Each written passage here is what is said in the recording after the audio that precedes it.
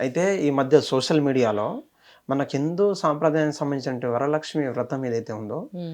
ఆ ప్రముఖ యూట్యూబర్, ప్రముఖ ఇన్‌స్టాగ్రామ్ ఇన్‌ఫ్లుయెన్సర్ కావచ్చు, సినీ నటిలో తనకున్నటువంటి స్థానానికి సంబంధించినటువంటి సిరి హనుమంతు ఈ మధ్య సోషల్ మీడియాలో బాగా వైరల్ అవుతా ఉంది మేడం. దాదాపు నిజంగా వరలక్ష్మి వ్రతాన్ని నమ్మించే వారిలో మీరు కూడా ఉన్నారు కాబట్టి, అటువంటి అభాగ్యమైనటువంటి పనులు చేయకూడదు. మా యొక్క మనోభావాలు దెబ్బతీసేలా ఈ యొక్క పనులు, అక్కడ ఉన్నటువంటి కార్యకలాపాలు, మన మన సంబంధం లేని వ్యక్తులు అంటే మన భావానికి గావచ్చు, మనకు అండర్‌స్టాండ్‌కి, మన రిలీజియన్‌కి సంబంధం లేనటువంటి వ్యక్తులను తీసుకొచ్చి అలా చేయడం అనేది చానా పెద్ద కాంట్రోవర్సీ అయింది. అవును. దీని మీద గూడా మీరు స్పందించారనుకుంటా. అవును. ఒక్కసారి మా హిట్ టీవీ ప్రేక్షకులకు ఒక్కసారి మీ మాటల్లో. అవును. నేను 'బిగ్ బాస్‌లో' చూసినప్పుడు జనరల్‌గా వాళ్ళ సెలబ్రిటీసు, వాళ్ళ పెర్ఫార్మన్సెస్ అవి చూద్దాము అని మనం చూస్తాం. అవును. ఎక్కువ ఏం చూడలేదు. కొన్ని 5, 6 ఎపిసోడ్స్ అట్లా చూస్తా నేను. హ్మ్. అయితే దాంట్లో సరే బావుంది, చక్కగా మాట్లాడుతుంది, ఆట అంతా బాగా చేసి ఇలాగే అనుకుంటాం కదా! ఓకే. సడెన్‌గా ఒకరోజు ఎంట్రీ ముస్లిం అబ్బాయి. ఓకే. హ్మ్. హ్మ్. బాగున్నాడు. చాలా అందంగా ఉన్నాడు. హ్మ్. సడెన్‌గా ఎంట్రీ వచ్చాడనమాట. హ్మ్. అంటే వాళ్ళ పేరెంట్స్‌ని మధ్యలో గెస్ట్‌లుగా పిలుస్తారు గదా! అలా ఓకే. వచ్చినప్పుడు వచ్చాడు. హ్మ్. ఓహ్! ఇద్దరు హగ్ చేసుకున్నారు. ఇన్ని రోజుల నుంచి దూరంగా ఉన్నాం అది ఇది అని అన్నప్పుడు ఏం మాట్లాడుకున్నారంటే 11 ఇయర్స్ అయితుంది గదా! మరి పెళ్ళెప్పుడు చేసుకుందాం అని అడిగింది. ఓకే. అరే వాహ్! హ్మ్. 11 ఇయర్స్ నుంచి వీళ్ళు రిలేషన్‌లో ఉన్నారా అనుకున్నా. మళ్ళీ డైలాగు బాబు ఓకే. వాడి కోసమైనా మనం పెళ్లి చేసుకో అంటే బాబు ముందే పుట్టాడా అనుకున్నా నేను. ఓకే. నాకు అంతవరకే తెలుసు వీళ్ళ గురించి.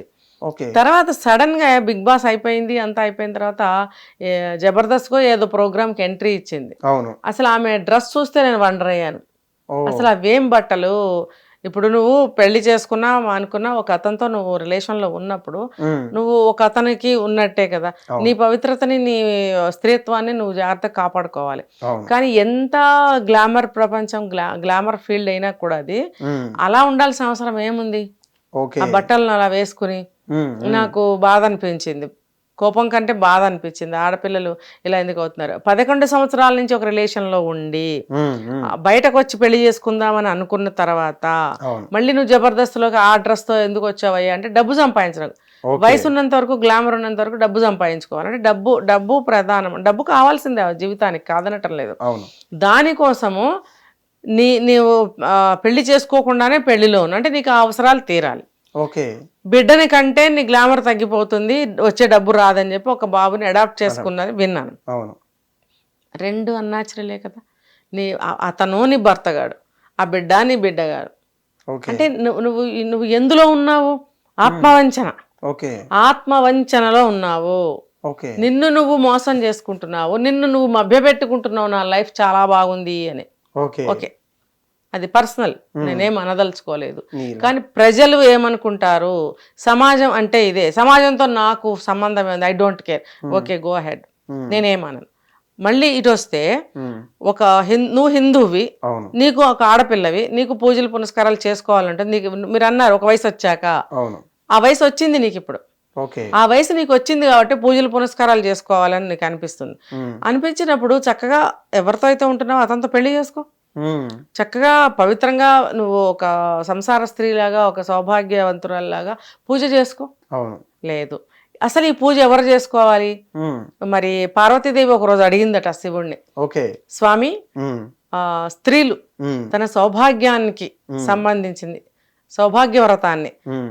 చేసుకోవాలంటే ఎలా చేసుకోవాలి? ఒక ఒక వ్రతాన్ని చెప్పండి అని అడిగితే హ్మ్. శివుడు పార్వతి నువ్వు అడిగావు కాబట్టి హ్మ్. స్త్రీలందరూ ఆచరించతగ్గ ఒక సౌభాగ్య వ్రతం అనే ఒక వ్రతం గురించి చెప్తాను విను అని చెప్పి చెప్తాడు.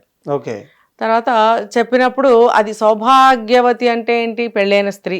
ఓకే. సౌభాగ్యం అంటే ఏంటి? పసుపు, కుంకుమ, గాజులు, మట్టెలు, మంగళసూత్రాలు, హ్మ్. ఇవన్నీ పువ్వులు నుదుటిన ఇవన్నీ. కుంకుమ. అంటే పుట్టిన దగ్గర నుంచి లేవా అంటే ఉన్నాయి. ఉన్నాయి. హ్మ్. కానీ మన ఆచారాలు ఎలా పెట్టారంటే భర్తతోటే ఆ కళ. భర్త ఉన్నంత వరకు ఇవన్నీ ధరించాలి. తర్వాత తీసేయాలి. ఎందుకు తీయాలి అనంటే హ్మ్. కోరికలు ఉంటాయి కాబట్టి, ఆ కోరికలు మనిషిని అదుపు తప్పేలాగా చేస్తాయి కాబట్టి, ఓకే. భర్త లేని స్త్రీ ఇలా ఉంటే క్షేమము. ఓకే. ఆమె మీద ఎవరు కన్ను వేయరు అవును. అన్న దానికి కోసం మాత్రమే అవన్నీ తీయాలి అని చెప్పారు. ఓకే. అది పెట్టుకోకూడదు అనేం కాదు. అయినా పెట్టినా కూడా ఇప్పుడు ఎవరు పాటించట్లేదు కదా, పుట్టిన దగ్గర నుంచి పెట్టుకుంటున్నాం, పెట్టుకోవచ్చు, పెట్టుకోవాలి. ఓకే, దానికి ఎవరం ఏమనము. మంగళసూత్రాలు తాళి భర్తతో వచ్చినాయి కాబట్టి భర్త లేనప్పుడు తీసేస్తారు. ఇవన్నీ ఉన్నప్పుడే సౌభాగ్యవతి, పుణ్యస్త్రీ, ముత్తైదువా అని అంటారు. మరి పెళ్లిగానే వాళ్ళు అంటారా? కారు. అంటే నీకు ఈమెకు పెళ్ళి అయిందా? కాలేదు. నువ్వు జబర్దస్త్లో గుడ్డలు లేకుండా ఇంతంత గుడ్డలు వేసుకుని ఒళ్ళంతా కనిపించే గుడ్డలు వేసుకుని నువ్వు యాంకరింగ్ చేసినప్పుడు చేసి మరి ఒక అతనితో 11 సంవత్సరాల నుంచి నువ్వు ఉంటున్నావు. ఈ మన దేశ ఆచారాలు సంప్రదాయం కాదు, సంస్కృతి కాదు. ఏవేవో ఎక్కడెక్కడి నుంచి మన ఇప్పుడు ప్రస్తుతం జరిగే అన్ని కూడా ఇంపోర్ట్ చేసుకున్నవే. మన ఒరిజినాలిటీని పోగొట్టేస్తున్నారు. ఇవన్నీ మన ఆచార సంప్రదాయాలు కావు కదా. అలాంటి బట్టలు వేసుకోవడం, అలాంటి సంబంధాల్లో ఉండడము. పిల్లలు ఎన్నో సంవత్సరాల వరకు పుట్టకపోతే దత్తత తీసుకుంటారు. మరి నువ్వు పెళ్లి చేసుకోకుండా ఇన్ని సంవత్సరాల నుంచి అతనితో ఉండి పిల్లలు పుట్టే వయసే కదా, కనొచ్చు కదా పోనీ, మళ్ళీ వేరే పిల్లని తీసుకొచ్చి పెంచుకోవటం అంటే నీ కెరీర్కి అడ్డం వస్తుందని పెళ్లి చేసుకోవాలా, నీ కెరీర్కి అడ్డం అవుతుందని బిడ్డను కల్లా. రెండు నువ్వు అద్దెకి తెచ్చుకున్నవే. అద్దెకి తెచ్చుకున్న విషయాలు పక్కన పెట్టుకుని నువ్వు సౌభాగ్యవతి వ్రతం ఎలా చేస్తావు అసలు? పెళ్లిగాని పిల్లలు తల్లి పక్కన కూర్చుని ఏ పూజ అయినా చేస్తారు, అది దానికి తప్పు పట్టలేం. కానీ నువ్వు ఏ కోవకు వస్తావు? కన్యా అంటారు. కన్యాత్వాన్ని పోగొట్టుకున్న వాళ్ళు కన్యల కిందకి రారు.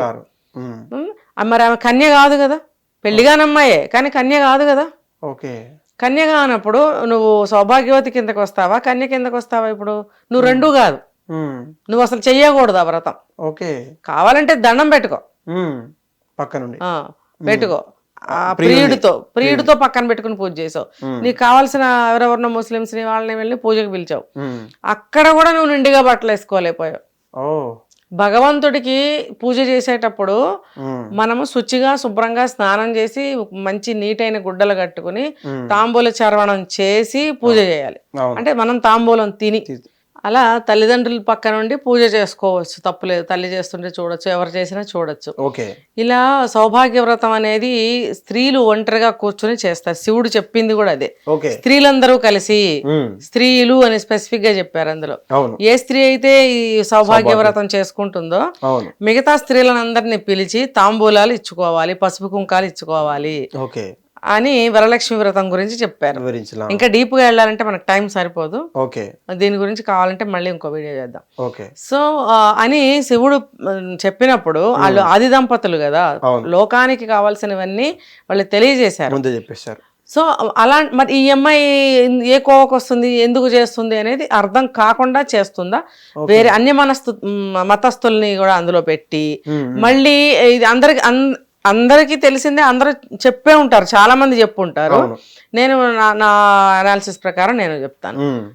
ఇప్పుడు పసుపు కూరల్లో వేసుకుంటారు, దెబ్బ తగిలితే పెట్టుకుంటారు కాబట్టి పసుపు యాక్సెప్టెడ్ అన్య మతస్థులకి, యాంటీబయాటిక్ అని వాళ్ళు అంటారో వీళ్ళు అనుకుంటారో నాకు తెలీదు. పసుపు ఇస్తారు వాళ్ళకి, కుంకుమ మాత్రం వాళ్ళు రిజెక్ట్ చేస్తారు, వీళ్ళు ఇవ్వరు.